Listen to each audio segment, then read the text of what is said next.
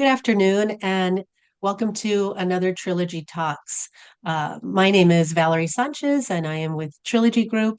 I'm excited to be here today with the one and only Mr. Oscar Schuyler, founding member of the Tribal Gaming Protection Network and executive director of the Alabama Coshada Tribe of Texas. Welcome, Oscar. Hey, thank you. It's good to be here. Good to see you. And you as well. Thank you. So today we're going to be talking all things about Tribal Gaming Protection Network, which you're a founding member. And I wonder if you can tell us a little bit about the vision behind TGPN. Uh, I guess I'd have to go back to prior to TGPN. We were known as Eagle Intel, um, and that was an initiative by Chairman Stevens to help protect and our gaming operations through security and surveillance personnel and gaming commissions.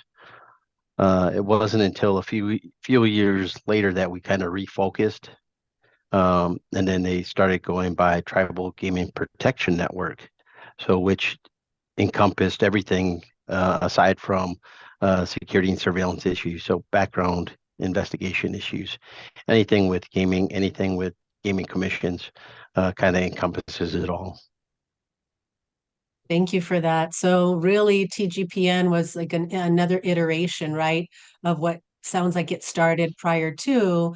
And how did the idea come about? And then when it shifted to TGPN, now with the growth and really the strong board of directors, I wonder if you can tell me a little bit about that and in terms of when it was founded and then just that shift from the actual name to TGPN. Oh my gosh, it was started, and how it started was a bunch of surveillance guys, myself, Rocky Papsadora, Ed, I think it's Maggiolini from Vijas. Rocky is from Minnesota. Rocky was the founding member at the time of the Minnesota Intelligent Network. I was still in Wisconsin, I think, at the time. I was one of the founding members and chairman of the Wisconsin Indian Gaming Association, which has shifted and now become the Wisconsin Gaming Regulators Association. So um, we had had several meetings with Chairman Stevens. Chairman Stevens wanted to make sure that Indian gaming was protected, and he said, "How can we do this?"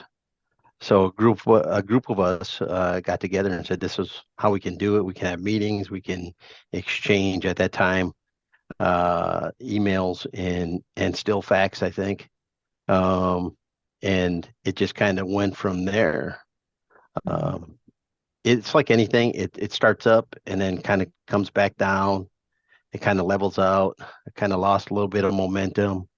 Then we got to the point where they said, well, I think we need to rebrand.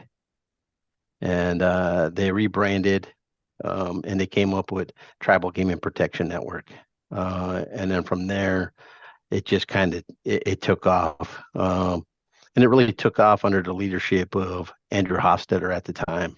So he was able to bring everything together. He was able to come up with the idea of start to do different symposiums. So they started doing a security symposium. They started doing a background investigation symposium, and that was just really just off from our meetings, and everything was done phone calls, conference calls, and I believe it was pre Zoom and Teams. So Right, right. Pre-Zoom uh, and so Teams. it started, yes, so it started from there to where we are now. Wow, excellent. Thank you for sharing that. I think that hearing that sort of the history behind it all, right? It just brings it right back to the forefront in terms of beginning from an idea. And as you mentioned, really talking about and thinking about protection, right? And and having these like-minded leaders really taking the idea and actually doing something with it, and also realizing when shifts and changes need to be made, that those there wasn't um, that hesitation to make that happen, as you mentioned. And then, as you mentioned with Andrew, taking the lead and really creating the idea of a symposium to really bring everyone together based around either a theme or a focal point, right? I wonder if you can tell me a little bit about that and how it relates to really the idea of a symposium. And as we prepare for the Women in Tribal Gaming Symposium, I wonder if you can tell me how that aligns with TGPN's overall mission.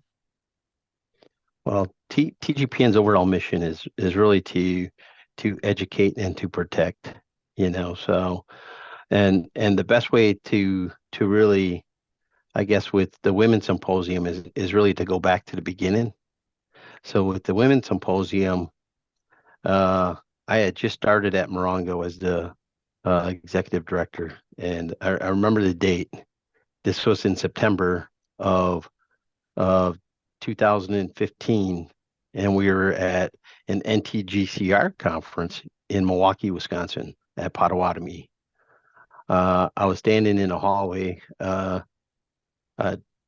probably drinking coffee, and two young ladies come up to me, Francis Alvarez and Jamie Calcutt, said, "Oscar, why why aren't we showcasing our women?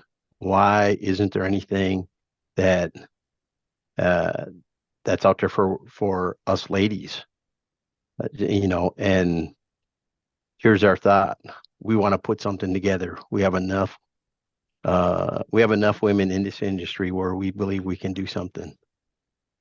I said, I think it's perfect. I think we can do that.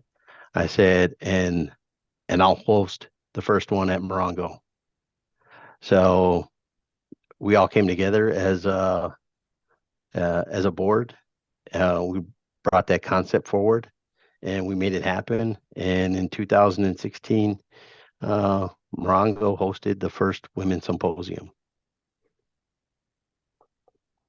It's amazing. And that's also amazing that it happened so organically, right? And the two of them had the conversation with you, and you didn't hesitate to really understand and move, take action on something that has become, so I think innovative, and really the sharing of information through the leadership, through your leadership, through Francis Alvarez's leadership as board chair, and the rest of the board of directors. I wonder if you can tell me a little bit, Oscar, about sort of fast forward to this year, and sort of what you most look forward to with this year's symposium right around the corner, coming up on May 22nd and 23rd. Oh my gosh, we've been doing this for so long, and I go back to the beginning. We go back to the beginning, and really it was grassroots. It was boots on the ground. We all did our part to come up with sessions, to talking points, and and we hosted the first 3 years, and and my thought is I was being for women by women, and we kind of kept that um, up until I think up until last year when we have grown so much that we couldn't handle it. It was slipping away from us a little bit, so we so we actually enlisted your company to help us, and again, uh, it's industry leaders, and I've known Valerie Spicer, I've known Sheila Morago, I've known you through your days at NIGA, so it was a perfect fit for us to enlist somebody that can handle that. So we go from there, we go from the grassroots beginning to where we are now to a legitimate conference that people want to be at, people want to sponsor, and they want to talk at it, and they want to present, and they want to attend. So my biggest thing that I like to see is I like to see like I use Frances for an example. Frances came, she was shy, timid, a little bit scared. She had this great idea. She was on the board. The board said, "We're going to do this, but you guys are going to help plan it." So her and Jamie Calcutt uh, jumped right in. She wasn't a speaker or a presenter um, by her own admission, but now you look at her now. She's chairing our meetings. She's chairing, you know, uh, the Tribal Game and Protection Network. She's chairing all of that, and to see her growth from that time has been remarkable. And then it's not just her. There's other women. You look at Michelle Hanna. From a vendor, she was the same way. We we we captured her and brought her in, and she was scared. She was the same way, and now she's doing the same thing. She's just out talking and presenting and doing what we ask. So it's been my my excitement is to see women succeed. So and really to see Frances is Frances is a very good friend of mine. So to see her succeed over the years has been short of amazing. Hmm. That's an awesome description of just sort of seeing the evolution as you mentioned, the growth, right? And also the importance of community and what that looks like, to really be able to support and empower. So thank you for sharing that. And it is amazing to just see, just how strong, right, the women, and are, and while, also the humility as well. So I appreciate you sharing that. I wanted to ask about, just in terms of, what would you offer, in terms of like support or advice, Oscar, to best support women in tribal gaming in this sort of the current state of the industry? You know, again, I go back, when I was a young surveillance director, I'm going back to 1994. I was hired on as Oneida's first surveillance director. The general manager at the time was Louise Cornelius. Louise came to me and said, "Oscar, we need to work together. We need to figure this out." So so I worked closely with the general manager, uh, aside from reporting and keeping that separate, but also doing my regulatory responsibility. So from an early time on, Louise has really been one of my mentors. And the great thing about this industry, we get mentors that really are are friends. You can't be in this industry for that long and work with people and not become friends. So, I got three sisters. My three sisters were able to attend the third one that we hosted at Morongo. So that was pretty cool. And the whole thing is just it's just amazing. And like I said, uh, back in the day, I don't think and I say back in the day, I sound like Rick Hill, when I was a young guy. um, and it's funny because yeah, now, Rick used to tell me, "You're not the young guy anymore, Oscar." So, and that's happening. So, um, uh, you look back, women have been leading the industry in various different areas, from slot directors to GMs to councilwomen to chairwomen. You know, why not show that? And CEOs and CFOs.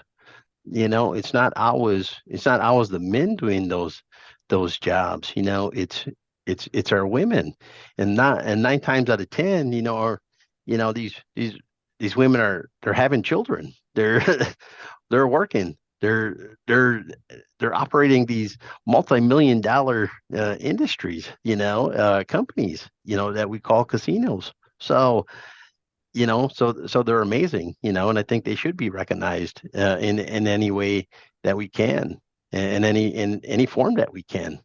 Mm-hmm. Um, Mm-hmm.